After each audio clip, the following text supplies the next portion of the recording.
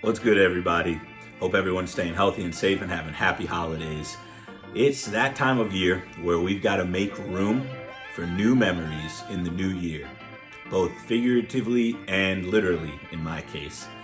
This past week, I've been going through my collection and mulling over some of my decisions that have led me to make this video, my 2020 Shelf of Shame. Now, if the concept of a shelf of shame is new to you, these are not bad games by any means, right?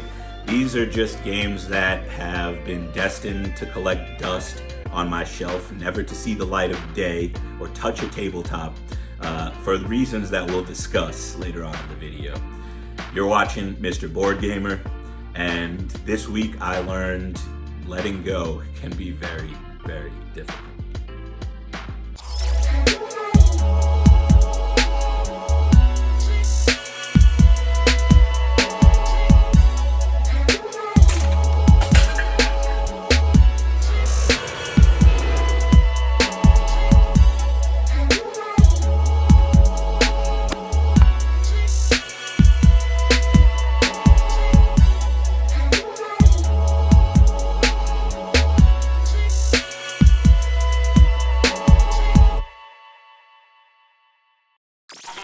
Before COVID restrictions began and events and gatherings around the world were shut down, I went to my first PAX Unplugged, where after 3 days of demos and play testing, I started to just load up on everything I could fit in 2 arms. One game that made it into my loot was Ancient World. I've talked a little bit about Near and Far on the channel before, and have said that Ryan Laukat is my absolute all-time favorite game designer and game artist. Above and Below is definitely the most played game in this household, and my favorite game to introduce people to non-traditional board games.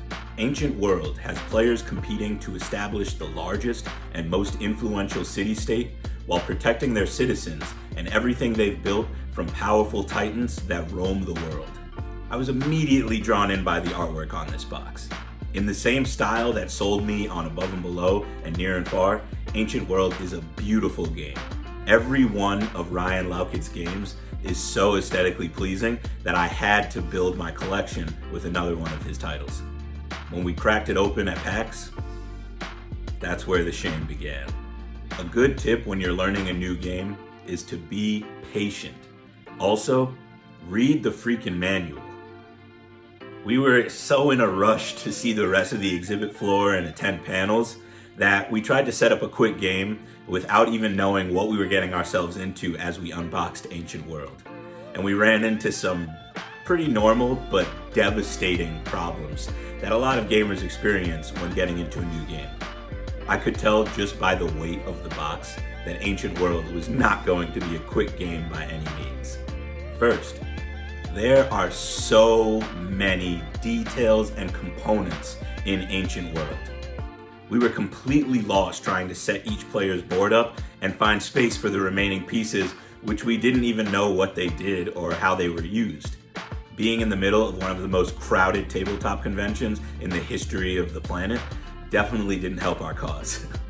The wide range of options that you have on any turn had our group experiencing a lot of downtime while we referenced the manual for every single step and keyword.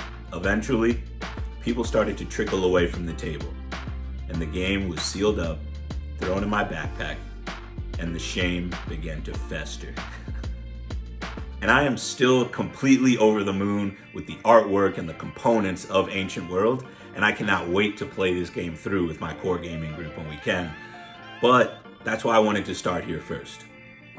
We're gonna get you off that shelf, baby. Just wait for me, please. Next up, another tragic submission from PAX Unplugged. Riot Quest is a MOBA-inspired arena battle game for 2 to 4 players.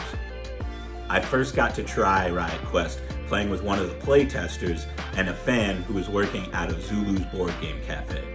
In the game mode I played, each player drafts a team of 5 heroes, each with their own class and skills that are used to play an objective-based game.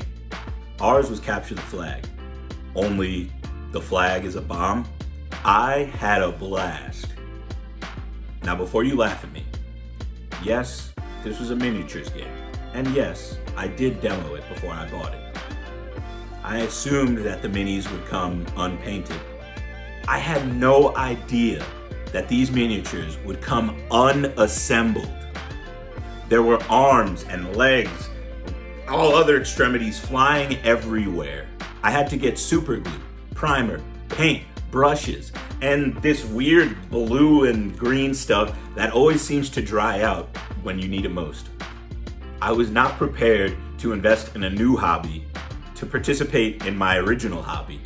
I am still working on getting these minis set up because I know that this game is fun and my friends will enjoy it. It's also a lot more balanced for new players than some of the other arena games that I own. And if I let another year go by without assembling a game that I spent this much money on,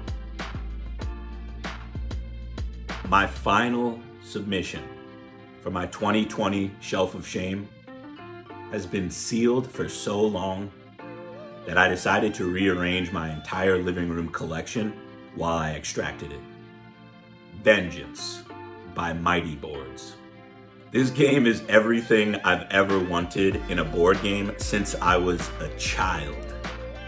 Inspired by films like Old Boy and Ong Bak, players become anti-heroes who are on the hunt for revenge after being wronged by underground crime bosses in a gritty urban landscape. Since I have never actually played this seemingly epic game, I can't tell you much. But what I do know is that from the moment I looked at all of the pieces and the cards and tokens and sheets flying around, I knew that I was going to need a team to help me learn this game. And that's why it's just sat on my shelf for so long. This is still peak collection material. And it has a solo mode. You gain items like flashbang grenades and ability upgrades like backflips and slow motion shots. How could you not love a tabletop game featuring the most iconic vengeance-themed fight tropes? Each of the heroes in the game even has their own personal backstory on who wronged them and how they will seek revenge.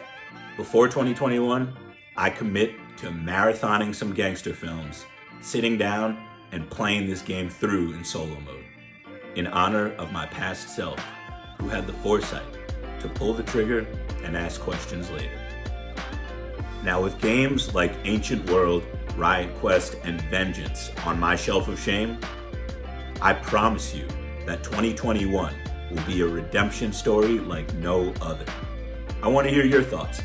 Which of these games would you check out first? Are there any that pique your interest? Let me know in the comments below. And as always, appreciate you for watching.